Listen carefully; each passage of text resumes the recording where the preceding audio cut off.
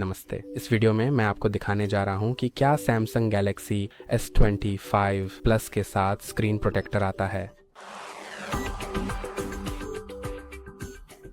तो नहीं, ये बॉक्स में नहीं आता है और ना ही ये पहले से इंस्टॉल किया हुआ है। तो आप ऑर्डर कर सकते हैं।